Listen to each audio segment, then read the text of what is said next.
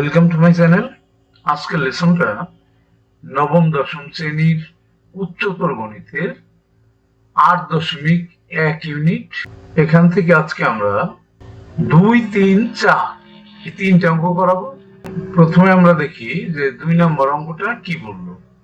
দেখো, বলছে একটি কোণকে ষাটমূলক ও বৃত্তীয় পদ্ধতিতে যথাক্রমে ডি ডিগ্রি ও আর রেডিয়ান দ্বারা প্রকাশ করা হলো। বলা হলো প্রমাণ করো যে D by 180 equal to R by pi. এটা প্রমাণ করতে বললো। এখন আমরা অঙ্কে চলে যাই। তাহলে প্রশ্ন অনুসারে এই 2 নম্বর অঙ্কটা আমরা করতেছি। দেয়া আছে কি, দেয়া আছে কোন কোণের পরিমাপ ষাটমূলক পদ্ধতিতে ডি ডিগ্রি, আবার বৃত্তীয় পদ্ধতিতে এটা কিন্তু আর রেডিয়ান। তাইলে আমরা আমাদের একটা জানা আছে যে 1 ডিগ্রি সমান সমান পাই বাই 180 রেডিয়ান। তাইলে ডি ডিগ্রি সমান কত হবে? ডি দিয়ে গুণ করতে হবে ডি পাই বাই 180 রেডিয়ান। তাহলে এই রেডিয়ানটা ডি ডিগ্রি সমান পাই রেডিয়ান, সরি আর রেডিয়ান। তাহলে এই যে আমরা ডির পরিবর্তে ডি ডিগ্রির পরিবর্তে যে রেডিয়ানটা আমরা পেলাম এখানে, সেইটাই তো আর রেডিয়ানের সমান হবে।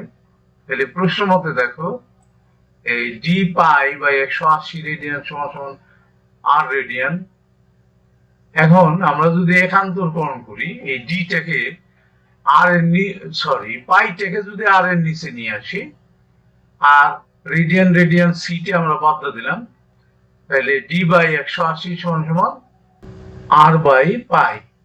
এটা কিন্তু আবার যদি আর গুণ করি তাহলে কিন্তু আগের লাইনে ফিরে যায়। সুতরাং আমাদের এই একান্তরকরণ করাটা ঠিক হয়েছে, আর এটাই কিন্তু প্রমাণ করতে বলা হয়েছিল, আমাদের প্রমাণিত হয়ে গেল। এবার আমরা 3 নম্বর অঙ্কটা দেখে আসি।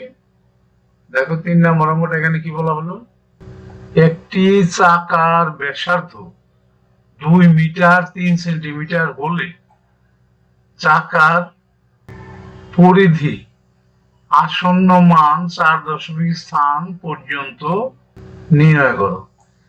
এখন এখানে কিন্তু কি বের করতে বলা হলো, পরিধি, চাকার পরিধিটা 4 স্থান পর্যন্ত আসন্ন মানে নিতে বলা হলো।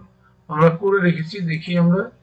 দেখো 3 নম্বর অঙ্কটা দেওয়া আছে কি, দেওয়া আছে চাকার ব্যাসার্ধ আর ধরি আমরা রেডিয়াস 2 মিটার 3 সেন্টিমিটার। এই সেন্টিমিটার কি আমরা 100 দিয়ে ভাগ করলে কিন্তু মিটার হয়ে গেল। তাহলে আমরা 100 দিয়ে ভাগ করে মিটার করলাম, তাহলে 2 + 3/100 মিটার। এখন 3 কে যদি 100 দিয়ে ভাগ করি তাহলে কিন্তু 2 ঘর আগে দশমিক আছে 0.3 হয়।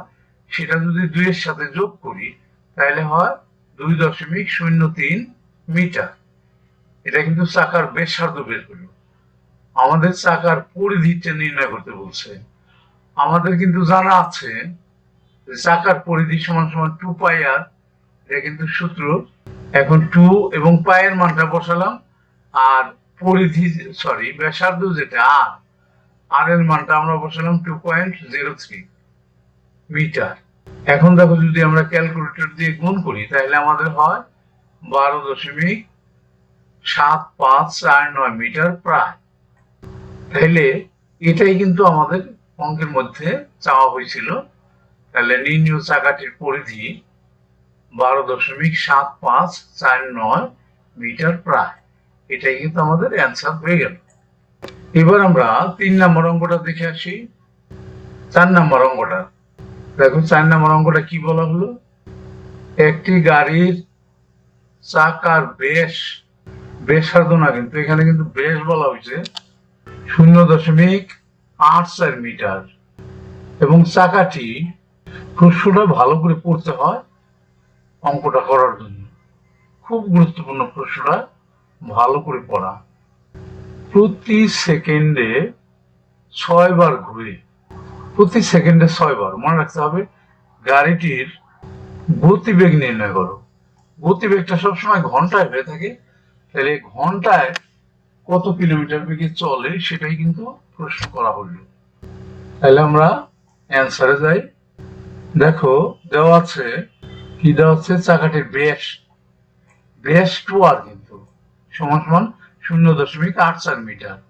তাহলে ব্যাসার্ধ আর ইকুয়াল টু কত হবে, 2 দিয়ে ভাগ করতে হবে। 2 দিয়ে ভাগ করলে আমাদের আসে 0.42 মিটার। এটা আমরা পেলাম ব্যাস। তাহলে দেখো চাকাটার পরিধিটা কত হবে, পরিধি আমরা জানি 2πr। তাহলে 2 বসালাম, পায়ের মান বসালাম 3.1416, আর আর এর মান বসালাম 0.42 মিটার। এটাকে যদি আমরা ক্যালকুলেটর দিয়ে গুণ করি তাহলে আমাদের আসে 2.6389 মিটার। এটা পেলাম আমরা পরিধি। এখন একটা গাড়ির চাকা, দেখো চাকাটি একবার ঘুরে 2.6389 মিটার দূরত্ব অতিক্রম করে। আমরা জানি একবার ঘুরলে পরিধির সমান দূরত্ব অতিক্রম করে, তাইলে এতটুকু অতিক্রম করে একবার ঘুরলে। এই চাকাটা কিন্তু প্রতি সেকেন্ডে 6 বার ঘুরে, তাই না? তাইলে 1 সেকেন্ডে সে কত দূরে যায়, একবার ঘুরলে যায় 2.6389 মিটার। তাইলে 6 বার ঘুরলে যাবে, দেখো 1 সেকেন্ডে অতিক্রম করে। আমরা 2.6389 কে আমরা 6 দিয়ে গুণ করছি, যেহেতু সেকেন্ডে সে 6 বার ঘুরে। তাইলে 1 ঘন্টায় কত, সেকেন্ডে যদি 6 বার যায়, সেকেন্ডে আমরা মিনিট 60 দিয়ে গুণ করলে, আবার 60 দিয়ে গুণ করলে কিন্তু 60 মিনিটে 1 ঘন্টা। তাহলে 1 ঘন্টা মানে 2.6389, তারপরে 6 দিয়ে গুণ, তারপরে 60 দিয়ে গুণ, তারপরে 60 দিয়ে গুণ, এত মিটার যাবে। তাইলে গুণ করলে আমাদের আসে 57,000.24 মিটার। এখন অনেক বড় মিটার, এটাকে আমরা কিলোমিটারে বানাবো। কিলোমিটার বানাতে হলে আমরা জানি যে 1000 মিটার সমান 1 কিলোমিটার। তাহলে 1000 দিয়ে যদি আমরা ভাগ দিই তাহলে কিন্তু আমাদের কিলোমিটার হয়ে যাবে। 1000 দিয়ে ভাগ দেওয়া মানে এই 3টা শূন্য, দশমিকটা আমার 3 ঘর আগে আসবে। 3 ঘর আগে আসলে দশমিকটা কোথায় আসবে, দেখো 57.00024 কিলোমিটার। তাহলে দেখো নির্ণয় গতিবেগ 57 কিলোমিটার পার আওয়ার প্রায়। এই দশমিকের পরে 0.0024, এটা বাদ দিয়ে আমরা প্রায় লিখলাম। তাহলে 57 কিলোমিটার বেগে গাড়িটা চলতেছে। সেই সাথে কিন্তু আমাদের আজকের লেসনটা শেষ হয়ে গেল। আজকে আমরা 2, 3, 4 এই 3টে অঙ্ক করালাম। নিশ্চয়ই তোমরা পরবর্তী লেসন দেখবে। See you next.